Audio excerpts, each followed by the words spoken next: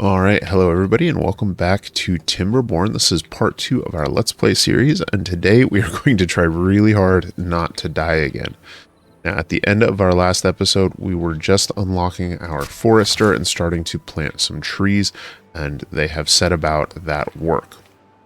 Now, between episodes, I have been doing some research, in particular looking into crunching some numbers and how the water physics of this game work. And I have realized that our biggest problems here are probably going to come from our water and food supply in the near term, because we're going to start seeing longer and longer droughts. Now, one water pump can provide for about 15 beavers, and we have 17 beavers. So we are already in a situation where we need to build another water pump. So let's go ahead and get that under construction straight away so that doesn't become a problem. Now, we're also going to prioritize the water pump workplace priorities, as well as our gatherer flag and our farmhouse, so that we have enough food to see us through these droughts, because otherwise we will run out. And so by doing that, we may lose out on a little bit of science research, but that will get us where we need to be in terms of making sure we always have food production. Now, as far as the numbers go, again, one water pump can provide for about 15 beavers. We're at 17 now, and we're going to want to expand that. Let's actually go ahead and place down some more houses so we have some more workers. And so that'll give us some additional beavers to feed. Now, these carrots can provide, 25 carrots can provide for about, or 100 carrots can provide for about 25 beavers. With these two houses, we will be growing to a population of about 24, which means this size carrot field is just about correct, especially once we throw in a few sunflower seeds and some berries. We should be okay, and our beavers should do just fine. So I think we're going to be okay for the next drought or two on food and water production, and that is great because it's going to let us turn our focus to the slightly longer term. And the longer term issue we're going to run into is in water storage, and there's two sides to that. See, we've constructed this dam which stores the water at about 65% depth here. Now, there was a comment on my last video that pointed out that evaporation is a force in this game, and I looked into that, and it turns out we need to store as much water as we can, both in tanks and in the overworld, because these pumps, again, can provide for about 15 beavers a piece, but that's only while they're pumping. If this water dries up 5 days into a 10-day drought, that means we have 5 days that we're not pumping for, and we're going to have that water storage in tanks, which are immune to evaporation. But it can help if we can keep the water in the overworld as long as possible as well. And so to that end, we're going to make a few changes. The first one is we're going to start working on some more planks, and we're actually going to double production. We're going to go ahead and set up another lumber mill right there, right next door. We'll set up a path. Leads back over here, and we will do one for, no, right there. And in order to make sure that these production buildings can continue running in a drought, we are going to invest in the windmill we were looking at right at the end of our last episode. And I think it's time for us to go ahead and pick those up, set up a couple of windmills there, and connect them up with power shafts. Now, that'll double our plank production, which is going to let us build much more interesting buildings, because one of the things we can do is build a levee that comes out from this dam, or from this road, like so.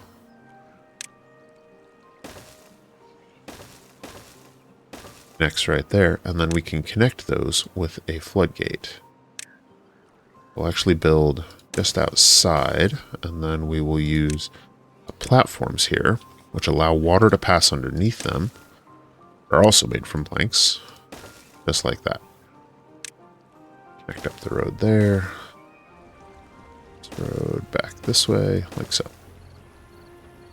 What this will let us do is these floodgates have adjustable height control, so we can set these floodgates to, say, 95% height, and that will allow this water to rise up a little bit deeper and will last for a few days. In general, it should take about 10 days for this thing to evaporate, and a little more if we're pumping water, or a little quicker if we're pumping water out of it.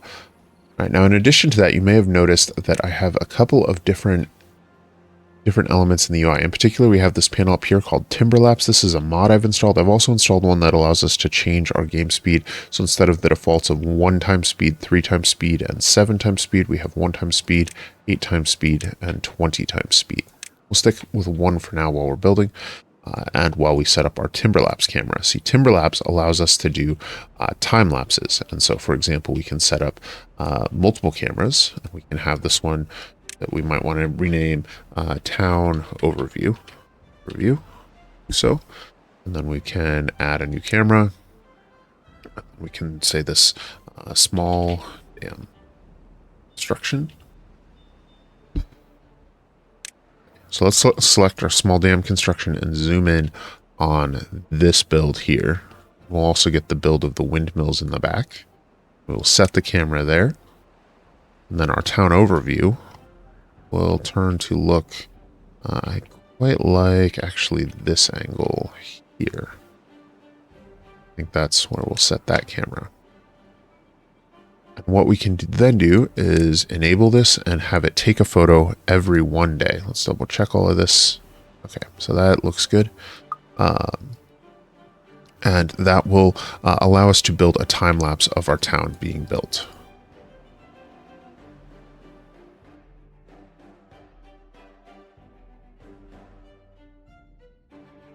The other thing we're going to want to do is increase the amount of water we're storing. So this will allow us to store up to sort of an extra 30% in this stretch. But we can actually make this a little bit more efficient as well. Once we get this pathway built over here, we can go ahead and restructure this dam to both be more materials efficient as well as more energy efficient. And so let's go ahead and demolish these buildings now that that path is built. So what we can do is we can use some of those platforms like so, and then we can use levees. Now this is an interesting trick, as it turns out this game has water physics, which is super cool. I love that. And what this is going to let us do is sort of prioritize the water flowing through this pipe.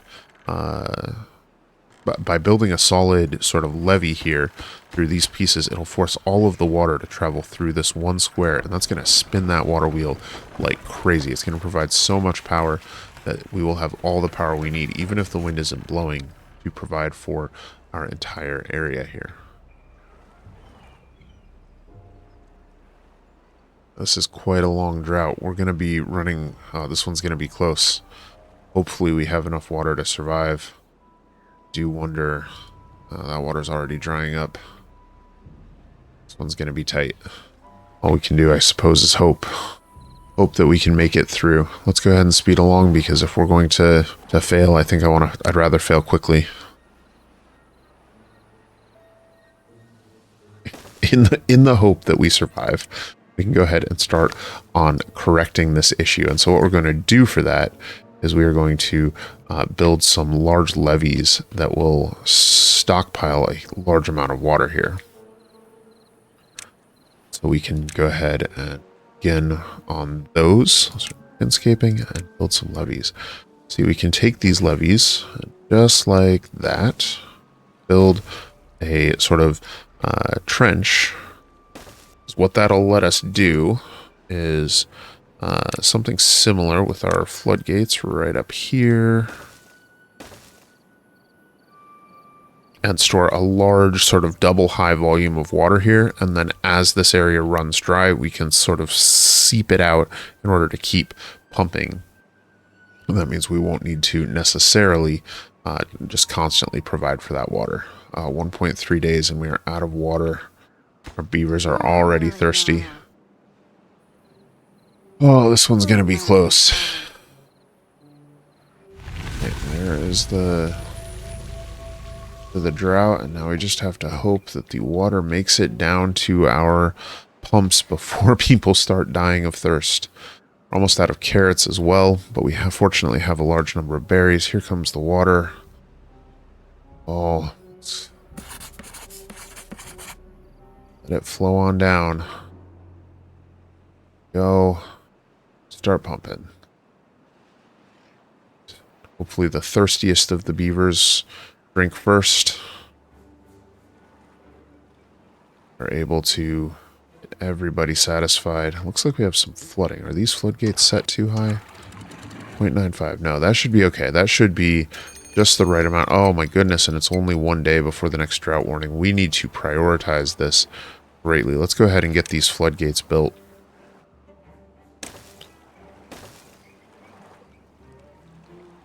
This suddenly becomes a high priority because we cannot survive another drought like that. So let's go ahead and get these and all of these built.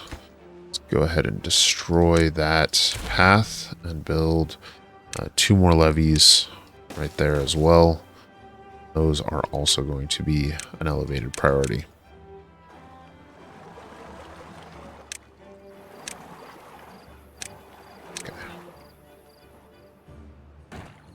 Levees are coming up. Oh.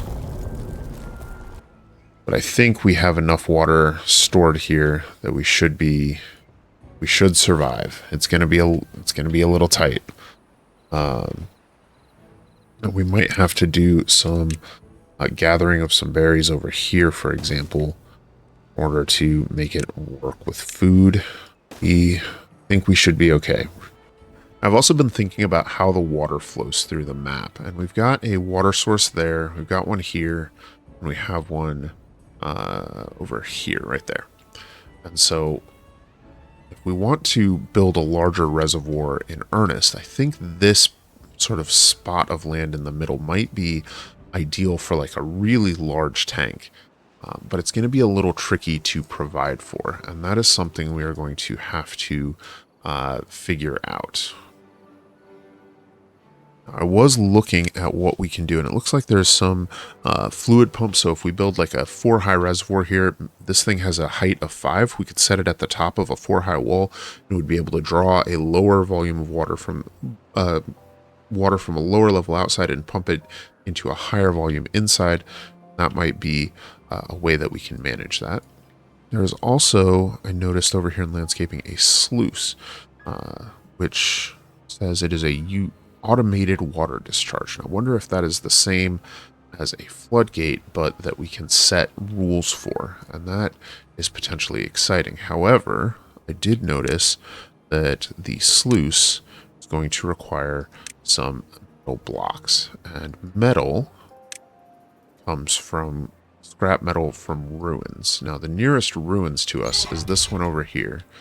If we survive this drought, fingers crossed, I think we are going to start working our way over there. We can actually probably start building those paths now so that we are able to get across without great issue.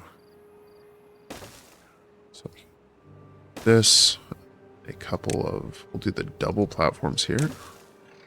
Cross there. Build a road over there. Another set of stairs.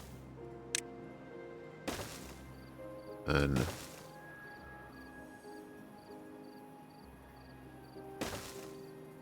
so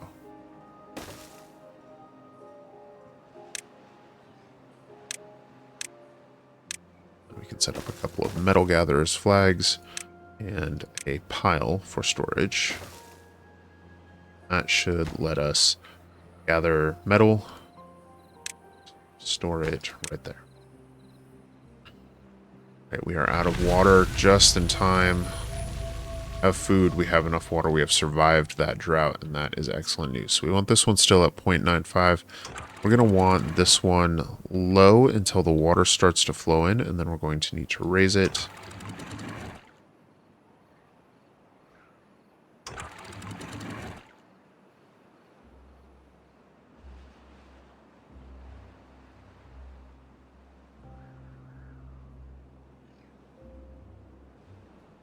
Go.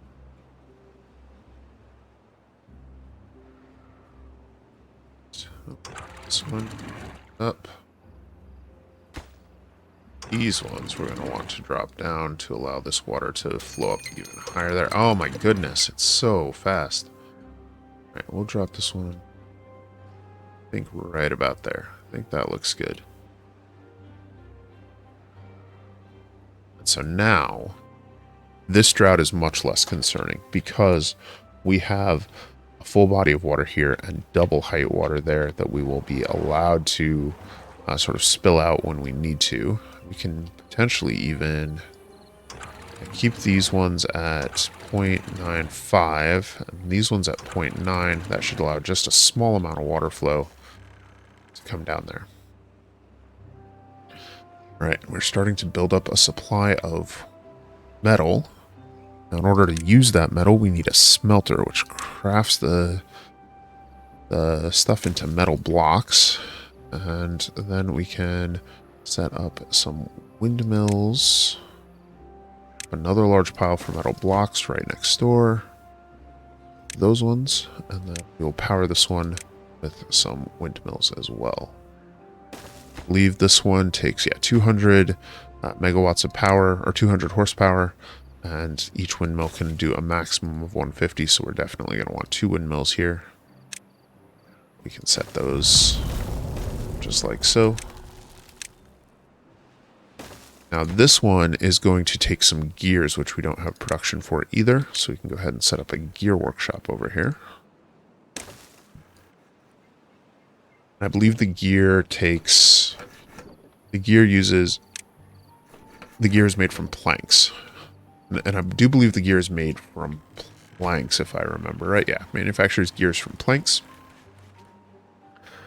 Which means that we will need to manage that. All right, we can see our water level here dropping quite quickly. That's okay because we have this full tank. This is a longer drought, 13 days. I think we are going to be okay with it. And another advantage is that this will allow us to trap a little bit more water up here, keep our tree farm alive just a little bit longer as well. We can even reactivate one of these flags so we can start harvesting wood from up there if we should ever run low. And the idea here is that as this runs low, we can just drop this just a little bit at a time to refill that lower section. Just keep that all topped up there.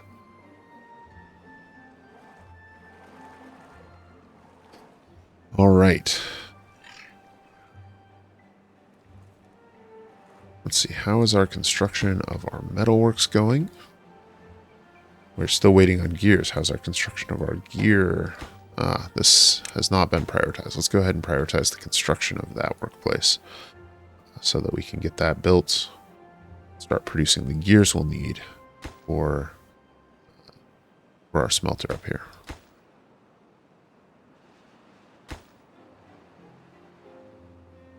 All right, so we're underway. Now this takes 120 horsepower, 50 and 50, and we are providing 240, so we should be able to just manage it. Start producing some gears. Now the gears are, I think I noticed those are not in the pile. If we look, yeah, so the gears aren't there. Are those warehouse? Yes, okay, so we need to construct a warehouse, store these gears. Do that right there. Set this to gears. That'll allow us to sort of bank those up. Now, yes, now our metal construction is underway.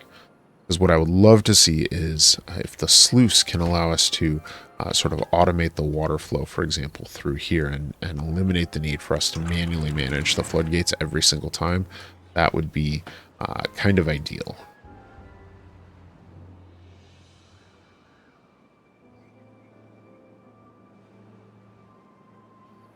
We're getting quite a bit of science built up. That is welcome news. Looks like our water in this section is running a little low, so let's lower this a little further. Retop it off. I think we're okay. So this can just be a single channel of water now, and that will serve us just fine. We are down to just 5 days. We still have plenty of water. We are doing good up to 15 days. So this is going to need to be taller if we want to hold more water. Unfortunately, it can't be taller than its source if we're just relying on the flow of water. We would need to work on some kind of mechanical pumping.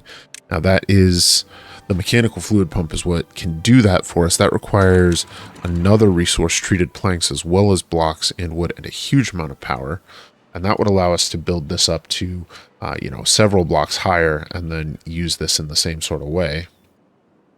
But which may not be the worst plan for us here, if we're being honest. I'm not sure it's the best plan either. Let's just keep things going as they are right now and try and get these sluices built, because I think those are really interesting. I would love to not have to manage our gates any longer.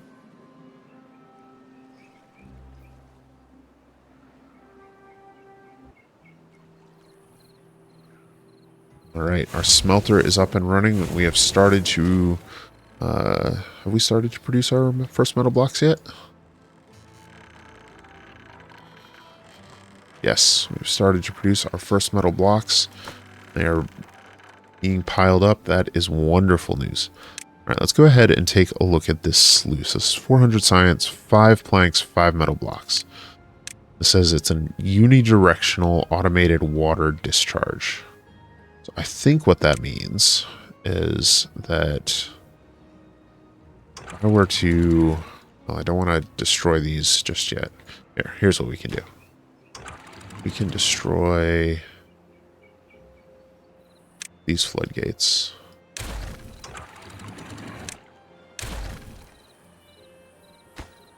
And I think we could even destroy these dams. I don't want to lose and leave any beavers on the other side. This is tricky. Okay, here's what we're going to do. We are going to build a sluice right there. We're going to build 2 of those, and if they work, then we will simply adjust with some levees.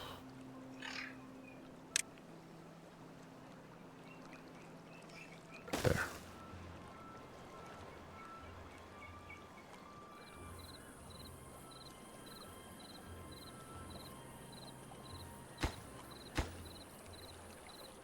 Okay, so this is water is flowing through here again. We can once again raise the height on this in order to capture the water in there. Set that to 185 so it flows naturally through there. That's perfect. Let's get these sluices built. What are they waiting for? Metal blocks.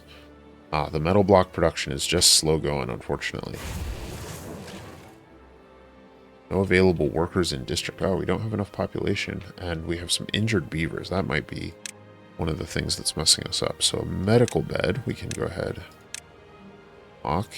build a couple of those, put one right next to our tooth grindstone there. And how are we doing on gears? Doing okay on gears. Pause something. We need to pause something. Oh, these workers over here do not need you guys working any longer. Like we had a wave of old age deaths, and so we are a little low on workers right now, as well as a bad tide is approaching. Let's go ahead and save our game.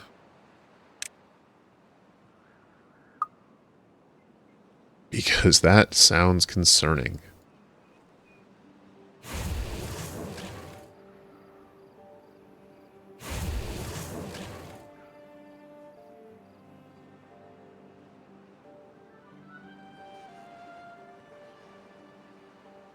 Alright, we have our first sluice built. Okay, so this says flows above downstream depth of 5.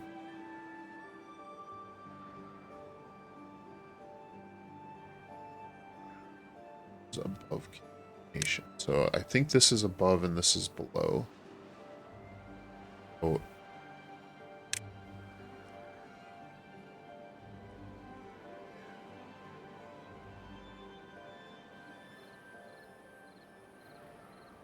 Cool tips there. Emanation is 0%. All right. I'm sure we'll manage this. I'm sure this is going to go. I am sure we will be just fine.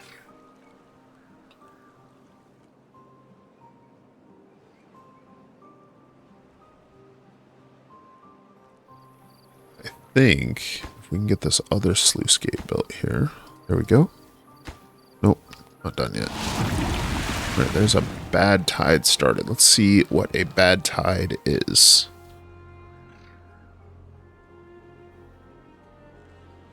Okay. Okay, so I had read about this. This is where all of the water sources produce bad water instead of normal water for a few days. Unfortunately, this is functionally equivalent, I think, to a drought, except that our water sources are now corrupted. Oh, and that is killing off our plants very rapidly. Whoa. Okay.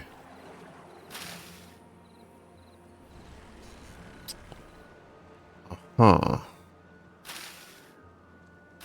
That's killing everything. That's killing the berry bushes. And completely Oh my goodness. How the heck are we gonna deal with this?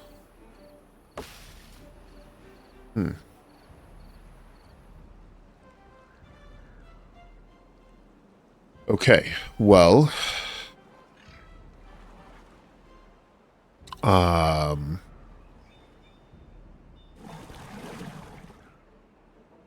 Well, the bad news is we're out of water. The good news is we're producing a very tiny bit more. Or maybe not, I'm not sure. There's no way we're going to have the water to survive this.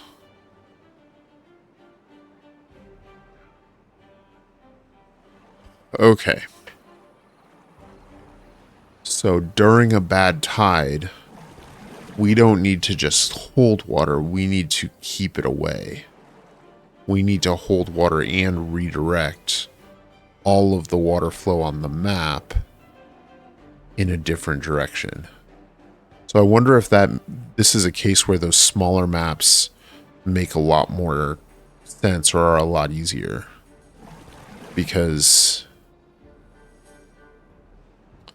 if they are able to...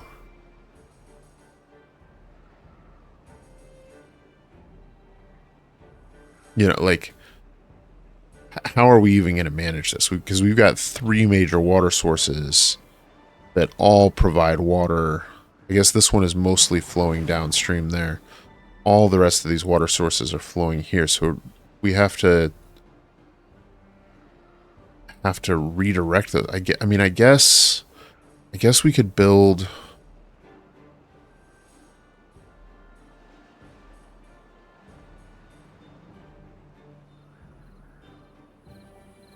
What is this? Okay, so that's breakable. Alright, so is the bad tide's over? Is the good water going to come back in time for our people to drink?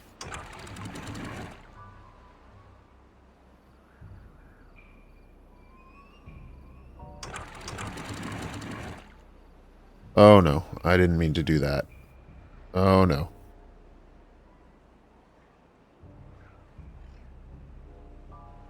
So we do need this to continue flowing. We need this open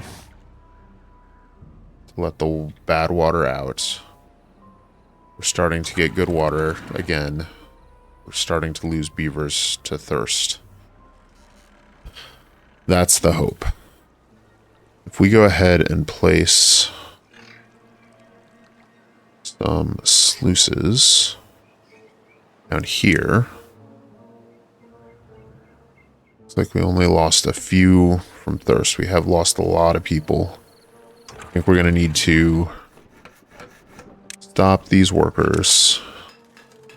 We want to make sure we have enough people working our gatherers' flags. It's such as they are. Okay, bad tide started. Fortunately, there's not going to be much we can do in a lot of these places. But hopefully this blocks any bad water from coming in. That should block, if I'm reading this right, the above contamination should be upstream, below is downstream. So this should be perfectly closed and no bad water should come in. Oh, it's flooding over. That's no good. It's overflowing into our reservoir. Oh no. And this one's even longer.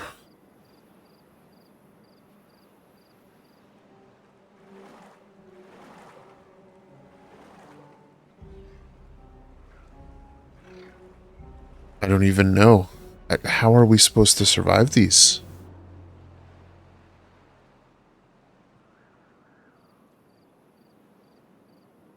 Alright, so hold on.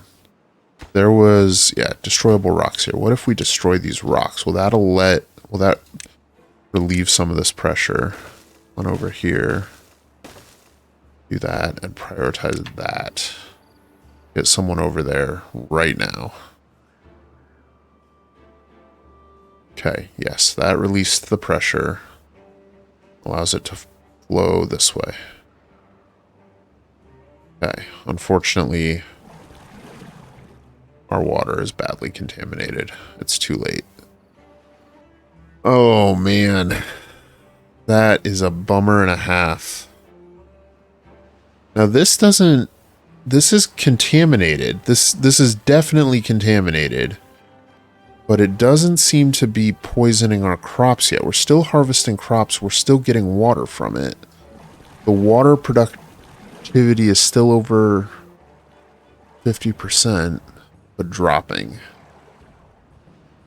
I mean, maybe we'll survive. Maybe we'll make it.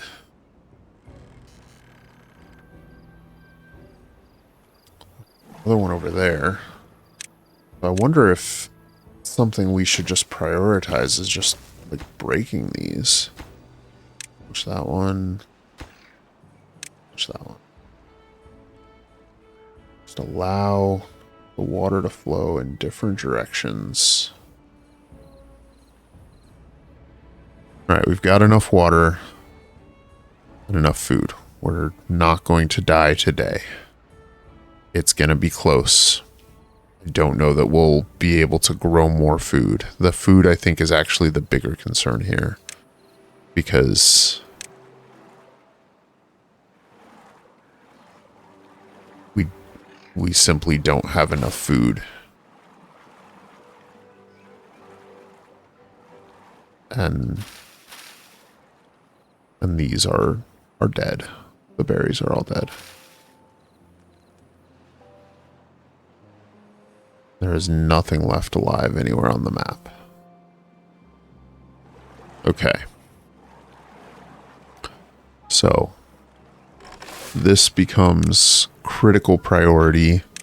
And let's go ahead and set up another farmhouse. We can pause our gatherer flags. They don't have anything to do.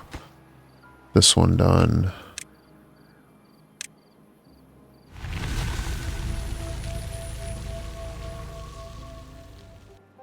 Yeah, all right. Unfortunately, we died of hunger to the bad tides. So I think that's where we're going to leave it for today. And next time we will be starting again, starting anew, and doing this right. I think we'll pick a different map just to see what else is out there.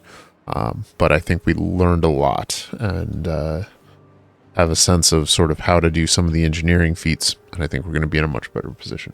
I'd like to thank you guys for spending a few minutes with me here in the world of Timberborn. I hope you've enjoyed this episode. Leave a like if you haven't, subscribe if you'd like to see more. My name is Dakoba, and I hope you have an epic day. I'll see you soon.